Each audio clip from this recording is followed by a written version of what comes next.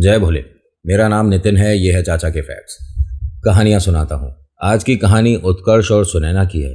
11 साल तक ताने सुनते रहे दोनों, और दोनों में से उत्कर्ष कम और सुनैना को ज़्यादा बोला जाता था। और इनके जो सास ससुर हैं वो नहीं बोलते थे, इनके चचिया ससुर, चचिया ताऊ। अरे तुम लोगों को क्या फालतू की परेशानी है भाई।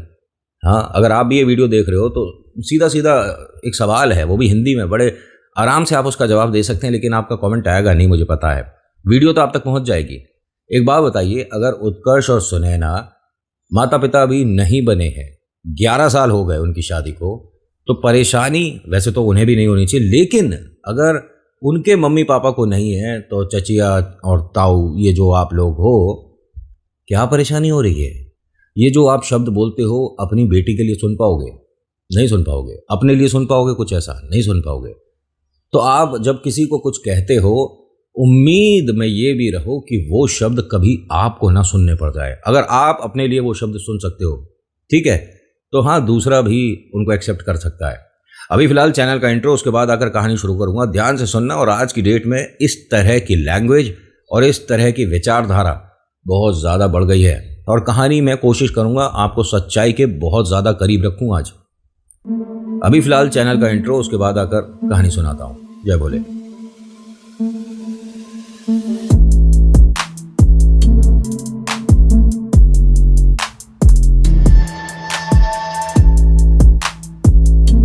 कहानी शुरू करने से पहले रिक्वेस्ट है कि अगर पसंद आती है तो प्लीज़ लाइक शेयर सब्सक्राइब कर दिया करो। कमेंट में जय भोले लिखकर अपना नाम, कहाँ से वीडियो देख रहे हो वो जगह लिख देना, अगर आपका मन है तो। होता क्या है कि उत्कर्ष और सुनैना जॉइंट फैमिली में रहते हैं। यहाँ पर आए दिन ताने सुनते रहते हैं। 11 साल बीत गए हैं, और इन 11 साल में इन्होंने डॉक्टर, पंडित, मौलवी और ना जाने कहाँ कहाँ कितने चक्कर लगाए। कहा जाता है कि एक दरवाज़ा पकड़ो लेकिन मजबूत पकड़ो, और अगर वो दरवाज़ा महादेव का है तो फिर क्यों ही कोई और पकड़ो, है ना? समझ रहे हो मैं जो समझा रहा हूँ। एक बार की बात थी, इनके पड़ोस में रुद्राभिषेक हो रहा था। रुद्राभिषेक पर मैंने एक वीडियो देखी है। कहानी से हटकर बात कर रहा हूँ, और हाँ, ये ज़रूरी है। ये मूर्ख प्रजाति हैं, रुद्राभिषेक का मजाक उड़ा रहे। भाई साहब, पूरे ख़ानदान को ऐसी ऐसी परेशानियाँ देखनी, झेलनी पड़ जाएंगी। मैं कोई डरा नहीं रहा हूँ, मैं सच्चाई से रूबरू करा रहा हूँ आपको। आप महादेव पर मजाक कर रहे हो, रुद्राभिषेक का मजाक कर रहे हो, वो भी मांस से, हैं? मैंने वीडियो देखा, आपने भी देखा होगा, और सच बता रहा हूँ, आने वाला समय बहुत कठिन होने वाला है आपके और आपके पूरे ख़ानदान के लिए। रुद्राभिषेक का आप महत्व नहीं जानते है? मांस से और गंदगी से आप वो सब कर रहे हो, उस तरह से पढ़ रहे हो। महाकाल का मजाक। कहानी में आता हूँ, वरना इस टॉपिक पे तो बहुत लंबी वीडियो बना सकता हूँ। होता क्या है कि ये उत्कर्ष और सुनैना 11 साल तक ताने सुनते रहे। बहुत सारी परेशानियां घर में आती रहीं, और हर बार बस अपना सा मुंह लेकर बैठ जाते थे। सबसे बड़ी वजह क्या थी, ये जवाब क्यों नहीं देते थे? अपने चाचा ताऊ को जवाब क्यों नहीं दे रहा था उत्कर्ष कि भाई तुम मेरी धर्मपत्नी से इस तरह से बात नहीं कर सकते। हो गए तुम चाचा, हो गए तुम ताऊ, लेकिन इनकी शादी मुझसे हुई है, जिम्मेदारियां हैं मेरे ऊपर। अगर इन पर कोई परेशानी आएगी तो सबसे पहले उसे सॉल्व मैं करूंगा। मेरे घर वाले इनके लिए नहीं बोलते, माता पिता, सगे माता पिता, तो तुम सब क्यों फालतू का ड्रामेबाजियां कर रहे हो? क्यों इसको उल्टा सीधा बोल रहे हो? ये जो बांझ शब्द है ना, इससे तो इसके दिन की शुरुआत होती थी सुनैना की। और फिर सोचिए, जब पहला शब्द ऐसा मिल रहा हो सुनने को, उसके बाद पूरा दिन कितना अच्छा जाएगा। उत्कर्ष की बड़ी दीदी ने बहुत बार कहा था कि आप चुप मत रहा करो, जवाब दिया करो। बदतमीज को बदतमीज है बताने में कोई प्रॉब्लम नहीं है। ठीक है, हमारे से बड़े हैं, चाचा ताऊ हैं, उनकी इज्जत करनी चाहिए, लेकिन जब आपकी बिटिया पर कोई बात आ जाए तो ये रेस्पेक्ट और बड़प्पन थोड़ी देर के लिए साइड रख दो। मैंने पहले भी कहा है कि जैसा गाल, आप जानते हो, कमेंट में लिख कर बता देना। होता क्या है कि इनके बराबर में रुद्राभिषेक हो रहा था, जिसमें सभी को बुलाया जाता है।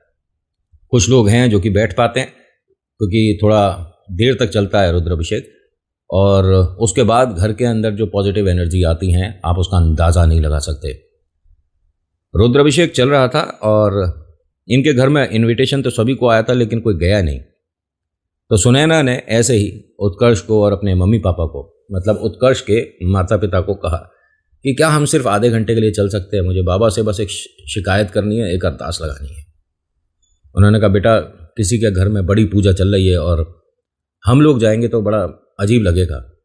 नहीं मम्मी आप साफ साफ कहो, हम लोग नहीं, मेरे बारे में कहो कि अगर मैं जाऊंगी तो उनकी पूजा पाठ दूषित हो जाएगी। तभी एक आवाज़ आती है, अरे महाकाल है हमारे घर में, तुम क्या बेकार की बात करती हो। अब देखा तो जिनके घर में रुद्राभिषेक चल रहा है वो आंटी जी आई हुई थी।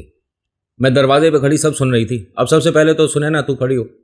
अरे आंटी जी खड़ी हो जाओ फटाफट, मुँह हाथ धो, कपड़े तो अच्छे पहन के चल फटाफट। लेकिन आप मेरी बात सुनो तो सही, माता पिता और उत्कर्ष चले जाएंगे ना। नहीं नहीं बेटा, ये लोग आए ना आए, तू चल मेरे साथ और किचन में चलकर मेरे साथ थोड़ा काम करा दियो, फिर उसके बाद पूजा में बैठेंगे दोनों। इतने वो अपनापन से बोल रही थी, जैसे होता है ना कि भाई तेरे पर मेरा हक है, मैं कुछ भी कह सकता हूँ, लेकिन कोई और तेरे को कुछ कह दे बर्दाश्त नहीं करूँगा। ये वाली बात से उन आंटी ने इसको फटाफट से कहा, जूते चप्पल जो पहनना है पहन, फटाफट चल।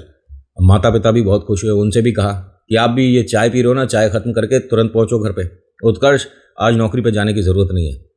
उसने कहा लेकिन मुझे अपने बॉस को बताना तो होगा।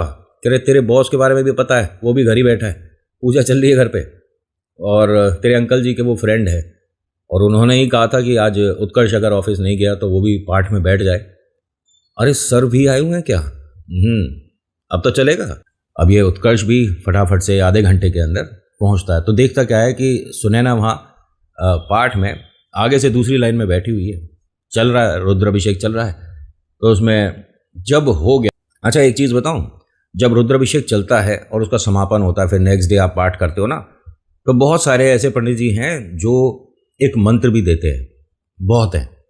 मंत्र में अगर आप कहो कि ओम नमः शिवाय क्या है, सिर्फ मंत्र है या बाबा के लिए 3 लाइन है, नहीं, ये ब्रह्मांड का सबसे शक्तिशाली मंत्र है और हर कोई बोल सकता है। लेकिन अगर किसी गुरु ने दीक्षा में आपको ओम नमः शिवाय दिया है, मेरी बातें समझ आ रही हैं वैसे? बहुत से पंडित जी कहानियाँ सुनाते हैं, कुछ मंत्र देते हैं, तो ऐसे में इन सभी को जब मंत्र उठाने वाली बात आई तो गुड़िया ने मंत्र उठाया ओम नमः शिवाय, और पंडित जी ने सभी को जो जो चीज़ें बताई ये सब मन ही मन वो चीज़ बोलते रहे, बताते रहे। एक छोटी सी महादेव और माँ पार्वती की कहानी सुनाई, और तो और इन्हें ये भी पता चला कि अगर आप पर कोई विपदा परेशानी है और आपने बाबा से इस तरह से अरदास लगाई है तो उसका जवाब बाबा खुद दे देते हैं।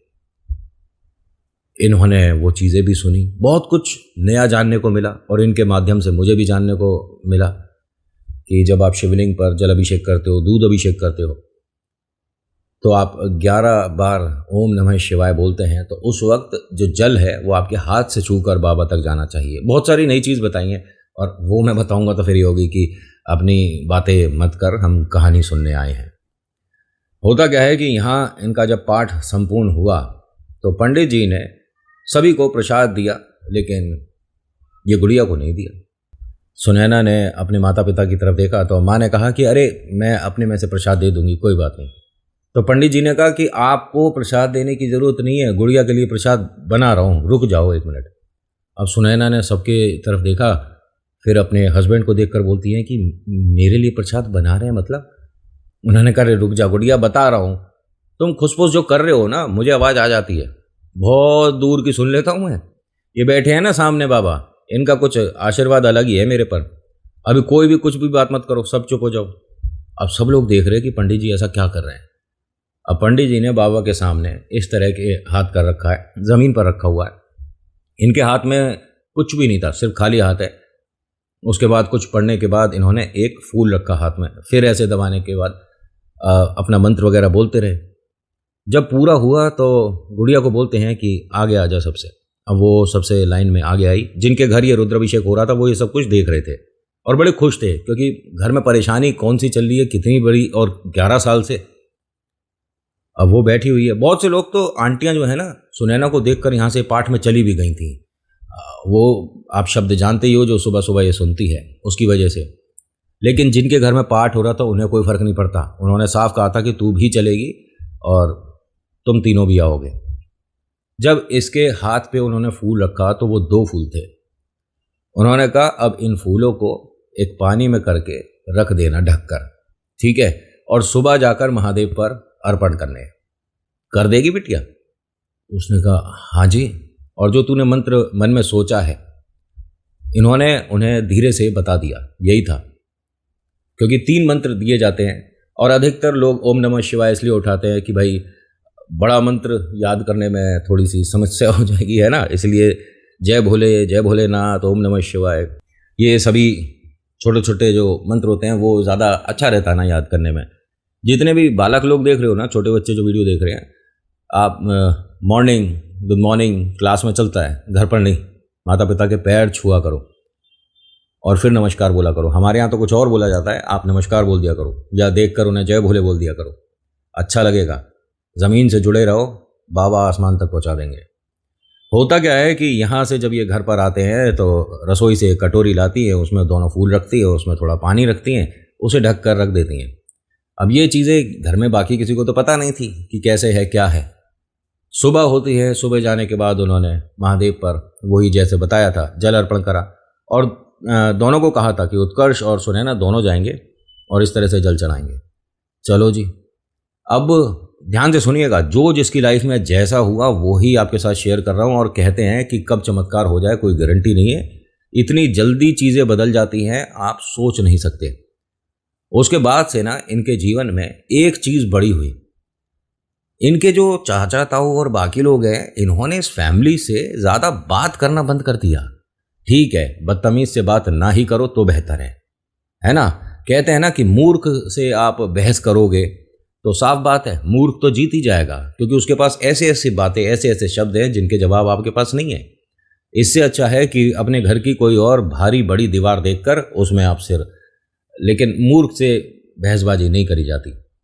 तो यहाँ इन लोगों ने बात करनी बंद कर दी और उत्कर्ष, सुनैना और उनके माता पिता ने भी ज़्यादा अपनी तरफ से जी क्या बात हो गई, हमसे कोई गलती हो गई, आप हमसे बात क्यों नहीं कर रहे, जब हम खाना खाने बैठते हैं आप लोग उठकर चल देते हो, ऐसा क्या हो गया। ठीक है, अच्छा है, जो रसोई में आप खाना बनाते हैं सुनैना अपने तीनों के लिए बना लेती है, अपने मम्मी पापा और उत्कर्ष के लिए। ठीक है, कोई बात नहीं, पहले पूरे घर की नौकरानी बनी हुई थी, बांझ ये वो न जाने क्या क्या सुनना पड़ता था, अब वो बात नहीं कर रहे, अच्छी बात है। अब मन में सुकून है, शांति है। अपने ही घर में पहले ऐसा लगता था कि हम नौकर की तरह काम कर रहे हैं और आज की डेट में ऐसा लगता है कि ठीक, मालिक आप भी हो तो मालिक हम भी हैं। जो उत्कर्ष के माता पिता हैं ये बहुत जल्दी जी कोई बात नहीं, ठीक है भाई साहब, सब कुछ सही हो जाएगा, ऐसा कर दिया करते थे। और एक बड़ी दुकान है जो कि किराए पर चलती थी, उसे 3 भागों में कभी पैसों में आया ही नहीं। बड़े वाले भैया के पास सारे पैसे जाते थे, अब जिसको जितने चाहिए किराए में से उतने दे देते थे। अब वहाँ पर भी थोड़ा मुंह खुला, वहाँ पर भी हिसाब किताब बना, समझ रहे हो। और ज़्यादा मैं फाइनेंशियली इनकी कंडीशन पे नहीं जाऊँगा, उन्होंने साफ मना किया है कि ये चीज़ें नहीं, लेकिन इशारा ज़रूर दे देना कि मेरे पिता को, मेरे चाचा और 3 ताऊ हैं इनके, उन्होंने नौकर बना रखा था पिछले 17-18 सालों से। और बाबा भोले ने 3 दिन के अंदर सबको अपनी जगह दिखा दी कि जितनी आप अहमियत रखते हो उतना ये भी अहमियत रखता है। क्या फ़र्क है दोनों में, बड़े छोटे का लिहाज तो वो कर ही रहा ना, 18 साल से तुम्हारी नौकरी कर रहा है। उनकी जो धर्मपत्नी है, मतलब कि उत्कर्ष की जो माँ हैं, वो भी तो ये जो सब चचिया ताई वगैरह हैं उनके पैरों में ही पड़ी रहती हैं। इनके घर में कोई नौकर नहीं, लेकिन ये 2 नौकरानी तो परमानेंट है बिना पैसों के, सुनैना और सुनैना की सास। यहाँ इनके साथ जो परेशानियाँ हो रही थी उसमें धीरे धीरे चेंजेस आना शुरू हो गया। बदतमीज़ों ने बात करना बंद कर दिया, इन्होंने भी ज़्यादा अपनी तरफ से हाँ जी क्यों नहीं कर रहे, क्यों नहीं कर रहे, नहीं करा।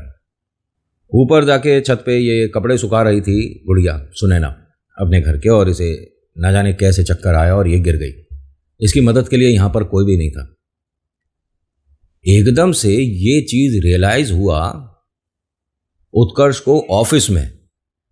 ये जो बात है ना, होता है कनेक्शन होता है। कभी कभी आपकी माताजी का फ़ोन आ जाता है ना कि बेटा सब कुछ ठीक है, जी थोड़ा ख़राब हो रहा था, तेरे बारे में सोच रही थी। तो हाँ, उस वक्त आपकी जो परेशानी है माँ ने फील कर ली। ऐसे हस्बैंड वाइफ का भी होता है, क्योंकि दोनों का दिल इस तरह से मिल जाता है और ईश्वर ने उन दोनों को एक दूसरे की मदद के लिए ही मिलवाया है। कदम से कदम मिलाकर बराबर चलते हैं। अगर वो घर संभाल रही हैं और वो दफ्तर संभाल रहे हैं, तो दोनों को आप ये नहीं कह सकते कि तू ज़्यादा बड़ा काम कर रहा है और तू कम काम कर रही है, ऐसा कुछ भी नहीं है। दोनों की वैल्यू 100% बहुत ज़्यादा है। यहाँ उत्कर्ष ने सीधा अपनी मम्मा को फ़ोन करा और कहा कि सुनैना कहाँ है। उन्होंने कहा कि सुनैना तो बेटा शायद छत पर कपड़े सुखाने गई है, तो मैया एक बार आप देख कर आओगे, वो ठीक है क्या? मैंने कहा क्या हुआ है? कह रहे पता नहीं, बड़ा अजीब सा सपना आया है, वो गिर गई। अम्मा ने कहा कि तू चिंता मत कर, मैं सुनैना को देखती हूँ और फिर उसके बाद तुझे फ़ोन करूँगी। जब ये सीढ़ियों से ऊपर चढ़ रही थी, और 3 मंजिल मकान है, काफ़ी बड़ा मकान है, तो वो एक मंजिल उतर चुकी थी, बेहोशी हुई थी, गिर गई थी, लेकिन एक मंजिल जैसे तैसे करके वो उठी, आधी सी नींद में उतर चुकी थी। मैया आई और मैया, सोचिए उत्कर्ष की माता जी की उम्र 62-63 के आसपास है, और जो सुनैना है उनका भी वज़न मान के चलो आप 52-55 के आसपास। इन्होंने बहुत चिल्लाया, बहुत लोगों से मदद मांगी, घर में बड़े लड़के भी थे, ऐसा नहीं है, कुछ तो बॉडी बिल्डर भी थे जो कि जिम में जाके फालतू का पसीना बहाते हैं। ऐसे में घर में मदद इनमें से किसी से नहीं हुई। सुन सुनकर चले गए कि 1 मिनट आना ज़रा, कोई आना ज़रा। बहुत लोगों को कहा लेकिन कोई नहीं आया। रोते रोते उन्होंने कहा बाबा भोले, न जाने आज क्या ही हो रहा है, ये गुड़िया बेहोशी में हो रही है और मैं इसे नीचे घर के कैसे लेकर आऊँ? ये लोग सुन नहीं रहे हैं, मतलब वो रो रो के चिल्ला चिल्ला के मदद मांग रही थी। महादेव ने न जाने कैसी शक्ति प्रदान करी, अम्मा जी ने अब की बहू को गोदी में उठाकर 3 मंजिल नीचे ले आईं। यहाँ से घर के बाहर तक आती हैं। जैसे ही इन्हें इस तरह से देखा, आसपास के लोग, घर के रिश्तेदार नहीं, ध्यान से सुन लो, आसपास के लोग, मार्केट वाले, सब लोग आते हैं कि अम्मा जी क्या बात हो गई, और हम लेकर चलते हैं। गुड़िया के लिए गाड़ी आती है पड़ोस से, फटाफट से उन्हें गाड़ी में रखते हैं और एक लेडी डॉक्टर के पास लेकर जाते हैं। उन्होंने कहा कि ऐसा है जी, ये जो आपके चेहरे पर पसीना और परेशानी है, इसे पोंछ लो। लेकिन बताइए तो सही, गुड़िया ठीक है? जी बिल्कुल ठीक है, बस थोड़ा सा ध्यान रखना। आपने बताया कि ये 3 मंजिल ऊपर छत पर जाकर कपड़े सुखा रही थी, अब 1 मंजिल भी नहीं चढ़ेगी। लेकिन क्या हो गया इसके साथ? ऐसी क्या परेशानी हो गई कि 1 मंजिल भी नहीं चढ़ पाएगी? क्या हुआ है? अरे नहीं नहीं, ये नहीं कह रही मैं कि चढ़ नहीं पाएगी, चढ़ना नहीं चाहिए। अब थोड़ा बेड रेस्ट और अच्छा खाना, घी वाले लड्डू, बढ़िया बढ़िया पौष्टिक आहार, क्योंकि अब आपका बढ़ने वाला है संसार। अम्मा जी ने जैसे ये सुना तो सबके वो जो ताने सुने थे इन्होंने अपनी बहू के लिए, सबको एक करारा जवाब देने का वक्त आ गया। उत्कर्ष को फोन करा, उसकी खुशी का ठिकाना नहीं। इनके एक बेटा एक बेटिया, बेटे का नाम शिव रखा, बेटिया का नाम अर्पिता, और इन दोनों के आने के बाद इनके जीवन में बहुत सारे परिवर्तन आए। जिस आदमी ने कभी मार्बल टाइल के बारे में सोचा नहीं था, आज अपने क्षेत्र में एक बहुत बड़ा नाम बन चुका है। इसी नाम से इनकी कंपनी भी है। इन दोनों के नाम के कॉम्बिनेशन से एक कंपनी है, शिव और अर्पिता से। अब मैं कंपनी का नाम नहीं बता सकता, और हो सकता है कि उनके मार्बल ये टाइल्स आपके घर में ऑलरेडी पहुंच चुके हों। कहते हैं कि महादेव पर आप आंख बंद करके भरोसा करो, चमत्कार 100% होता है। और ये जो शिव अर्पिता है ना, ये इतने ज़्यादा लकी हैं, और सिर्फ मेरे लिए नहीं, मतलब इन दोनों के लिए नहीं, ये हर उस इंसान के लिए लकी साबित हो जाते हैं जहां पर ये 10 मिनट बैठकर उनसे बात करते हैं या उनके घर में खेल लेते हैं। बाबा का आशीर्वाद है इन पर। अभी ये लोग महाकलेश्वर आए थे, तो महाकलेश्वर में सोचिए, किसी ने अरदास लगाई थी महादेव से, और अर्पिता बाहर नाली के पास पड़ा हुआ ये हार लेकर आई थी, और पंडित जी को चिल्लाकर पूछती है ये किसका है? गोल्ड का हार कैसे गले से गिरा या कैसे निकल गया, या हो सकता है किसी ने कुछ गलत किया और उसके हाथ से वहाँ छूट गया, या क्या हुआ पता नहीं, ये अर्पिता लेकर आई। मतलब बहुत सारे ऐसे एग्जाम्पल्स हैं कि बचपन से लेके आज इन्हें 9 साल हो गए हैं दोनों गुड्डे गुड़िया को। बहुत सारे एग्जाम्पल है, ये जब वहाँ थे तो ऐसा हुआ। अभी जब रक्षाबंधन गया है, ठीक है, छत से एक बालक गिरा है और वो कहते हैं कि नीचे खाट कहाँ से आई, वो चारपाई होती है ना रस्सी वाली, वो कैसे आई कुछ नहीं पता, क्योंकि वहाँ पर अर्पिता थी और अर्पिता दूर खड़ी है, लेकिन चारपाई वहाँ तक कैसे पहुँची है नहीं पता। अर्पिता कह रही है कि मैंने तो बस पैर से ऐसे धक्का दिया था, क्योंकि मुझे दिखा वो भैया गिर रहा था। उनके घर वालों के लिए अर्पिता माँ स्वरूप हो गई, कहते दुर्गा का रूप है, मतलब इतनी दूर से इसने खाट वहाँ तक कैसे पहुँचाई जो बालक एकदम ज़मीन पर नहीं गिरा। बहुत सारे हैं ऐसे। मैं तो ये मानता हूँ कि बाबा ने जो आपको आशीर्वाद दिया है, अब ये पूरी ज़िंदगी रहेगा। बाबा पर आप अपनी नज़र पकड़ प्यार बनाए रखना और फिर देखो महादेव आपको कहाँ से कहाँ पहुँचाते हैं। जय भोले, मैं नितिन हूँ, मुलाकात करूँगा नेक्स्ट वीडियो में। So thank you so much for watching. और प्लीज़ कुछ कहना हो, फीडबैक हो, बता दिया करो मुझे। अच्छा बुरा जो भी हो, स्वागत है। धन्यवाद।